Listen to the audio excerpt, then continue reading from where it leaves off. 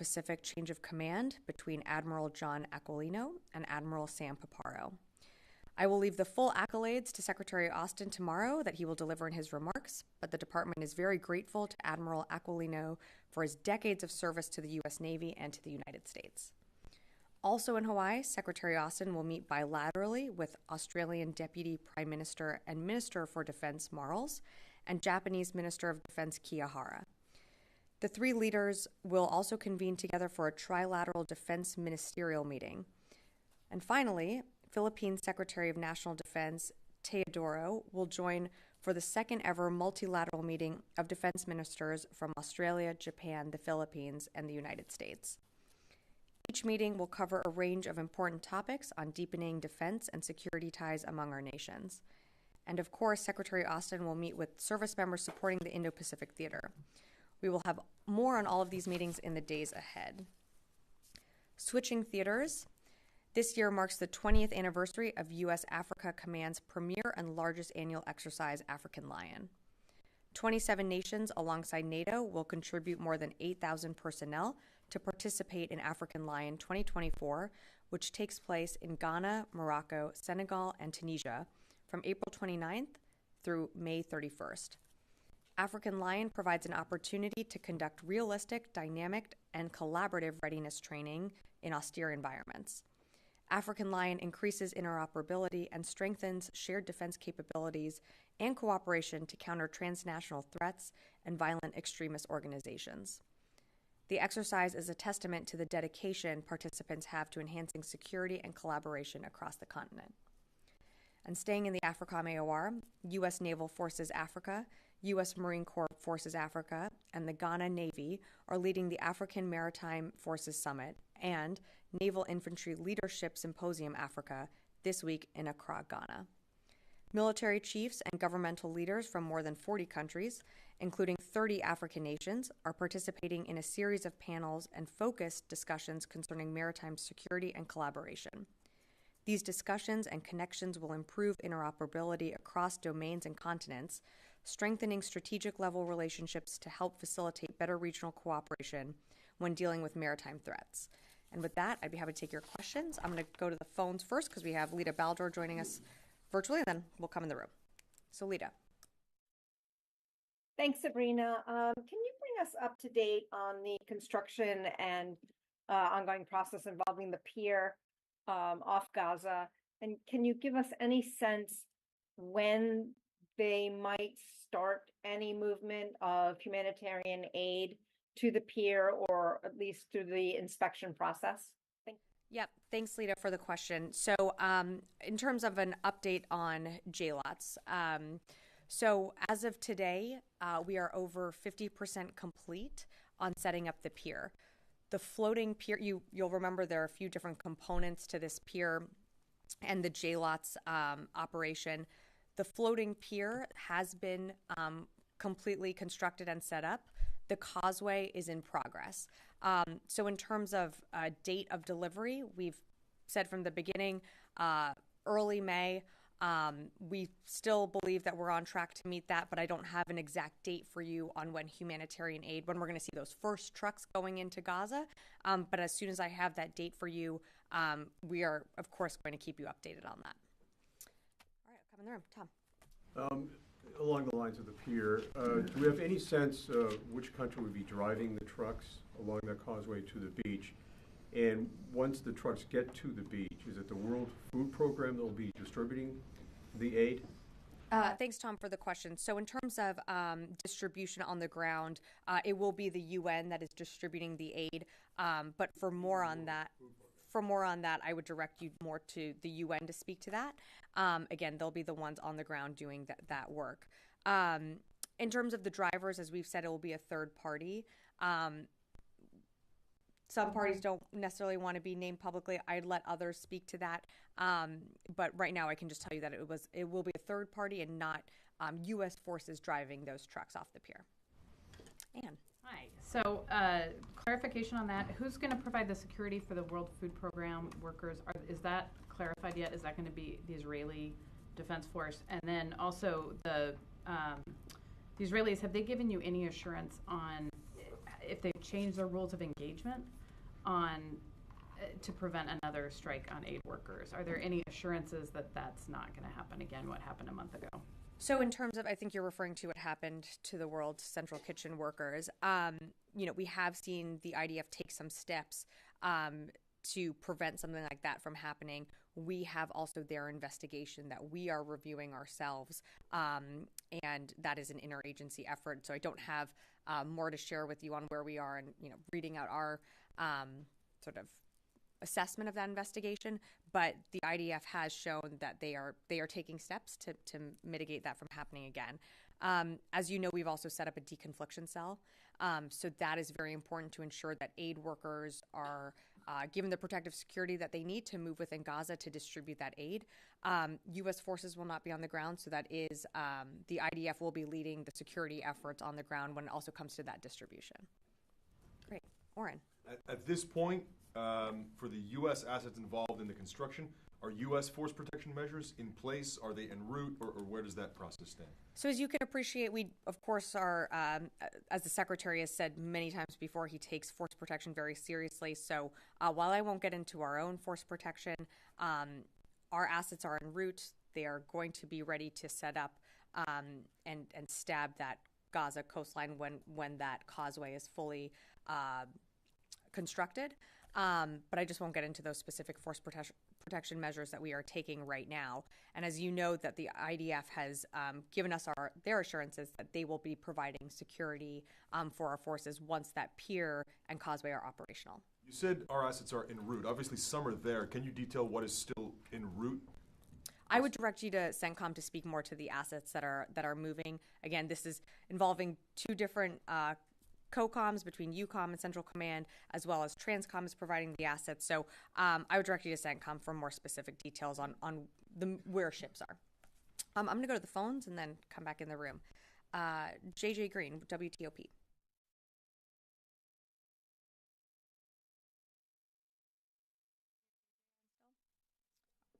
Okay. If not, Dan Lamoth, Washington Post. Hi, Sabrina. Thanks for your time. Sorry about that. I'll come back my... to you. We'll go to JJ first. That's fine. I'm sorry. Russia is trying to take advantage of the gap between approval of the weapons package that's intended for Ukraine and the actual delivery of these weapons. We've seen a number of different attacks in places that are very vulnerable right now. And we've also heard from the Ukrainian military that they know that these weapons are going to make a difference, and Russia knows it. So can you give us an update on the delivery of weapons and items that this package would make it available for them? Thanks, JJ, for the question. As soon as we were able to announce that $1 billion PDA, you've heard the Secretary and the President speak to this. We had pre-positioned some weapons and capabilities, so we were ready to support Ukraine almost immediately when that PDA was announced. So whether it was air defenses, artillery, ammunition, that continues to flow to Ukraine, but it was almost pretty immediate on getting into Ukraine. In terms of getting to the front lines, getting to the units that need them the most, that's really something that Ukraine can speak to more. So I direct you to the Ukrainian forces to really speak to that. But you've seen us flow PDA packages, getting materials into Ukraine, sometimes within hours, if not a day or two. And so that's what we were ready for. And while we did wait for the supplemental, and that did take months to get across the finish line, we were certainly able to surge that aid when the president signed out that presidential drawdown package. And just last week, we announced another longer-term commitment to Ukraine to the tune of $6 billion in USAI. That will take longer to reach Ukraine, but again, that's for the long-term commitment to them, as we have shown time and time again that we are invested in Ukraine's short-term and long-term future. And with that, I will go to Dan Lamoth, Washington Post. Thank you. Two loose ends, looking to see if there's any update with the situation in Niger and the talks that were ongoing. And then secondly, looking for any kind of update on whether there's been any kind of additional attack or threat either on pier and causeway assets or on the staging facility on the beach. Thanks. Thanks, Dan. In terms of any additional attacks, I'm not tracking any at this moment. I would direct you to the IDF to speak to that in terms of within the vicinity of where the pier will be set up. But at this time, I'm just not tracking anything additional. In terms of Niger, sort of in the same place that we were last week, the State Department, a representative from U.S. AFRICOM, did hold meetings. We are waiting to send another delegation to Niger. That delegation has not left, but they should be scheduled hopefully to leave this week, and that will be to continue to have those conversations about withdrawing U.S. forces. But no major updates right now. When there are updates, of course, we will provide those. Yeah, Janie. Thank you, Sabrina. The Defense Secretary Austin said at the congressional hearing that North Korea has gained confidence due to its close relationship with Russian President Putin and is concerned about its solidarity with China, Russia, and Iran. What measures will the United States take to prevent military cooperation from these countries? Yeah, Janie, I don't have much more to add to what the Secretary said in front of Congress yesterday. I think he spoke quite well to this, is that we are concerned. We're certainly concerned about the deepening relationship that the DPRK and Russia have, that together with Iran, that is fueling Russia on the battlefield in Ukraine as they continue to wage this illegal war and kill many innocent Ukrainian civilians. So in terms of what we are doing as the United States, we continue to monitor. The Department of Defense, of course, you've seen us strengthen our own relationships with the ROC within the region. We continue to arm Ukraine with the weapons it needs on the battlefield. And then across the interagency, you've seen from the Treasury Department announcing more sanctions on whether it be Russia, DPRK, and others. So we certainly take this seriously, and we're continuing to monitor as a department. Do you have any information about Russia recruiting North Korean mercenaries for war with Ukraine? I don't have any information on that. I haven't seen any reports on that. But that being said, we certainly know that the DPRK is willing to support Russia in its fight against Ukraine. And that is one country supporting Russia along with Iran. You have over 50 countries and partners supporting Ukraine in its fight. And that's, what you saw last week with the Ukraine Defense Contact Group. The Secretary announced additional commitments there. And so while we see the DPRK supporting Russia's efforts, the United States is always proud to stand tall with Ukraine. Thank you. Yeah. Thank you, Sabrina. So yesterday, Chinese Coast Guard have fired water cannon at 2 Philippine vessels, and which is elaborating tension in South China Sea. And tomorrow, Secretary Austin will meet Japan and the Philippine Defense Minister in Hawaii to strengthen commitment to the region. But what does the Pentagon expect Japan to do to maintain security in this region? Well, look, I'm not going to speak on behalf of the Japanese government. I would refer you to them to speak to any actions that they're taking. What you're seeing, though, tomorrow with the secretaries meeting between the Philippines, Australia, Japan, it's a second meeting of this type that's being held. So what you're seeing is a deepening of cooperation and security ties, and that's incredibly important in the region. In terms to what you're referring to, I mean, we have and will continue to be clear with Beijing that these actions by the PRC put Filipino crews in danger. They've caused injuries, they've caused damage, they're complete disregard and violation of international law. And so we stand firm with the Philippines and our commitment to the Mutual Defense Treaty. And we really are doing historic work with Manila.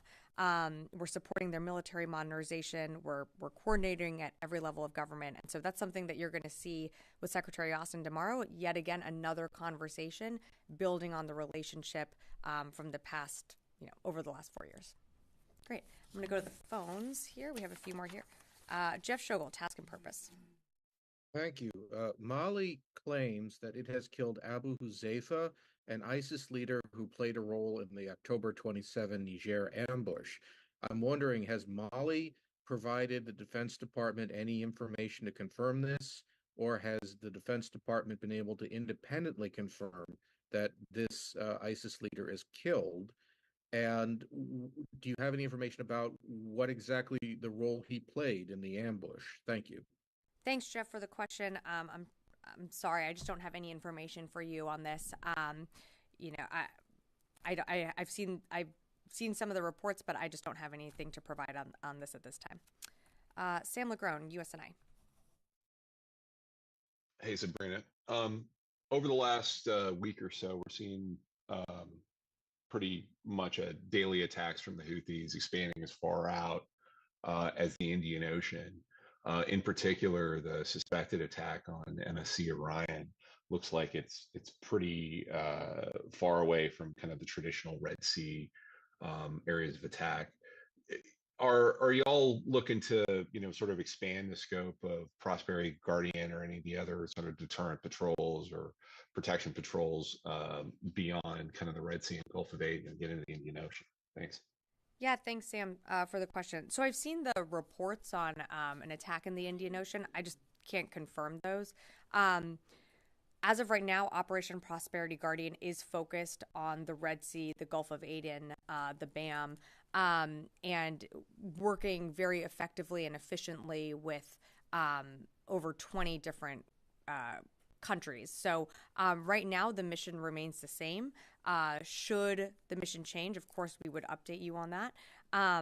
But since you gave me the opportunity, I will take it that the Houthis continue to endanger commercial shipping that goes through that region, continue to put at risk U.S. forces, other countries' forces in the region who want to see commerce continue to flow in a very crucial area in the Middle East. And so our teams in the CENTCOM area of responsibility continue to work around the clock, defending commercial shipping, protecting our forces, and I'll just leave it at that. Yeah, come back in the room. Okay, great. Short briefing today. Thanks, everyone.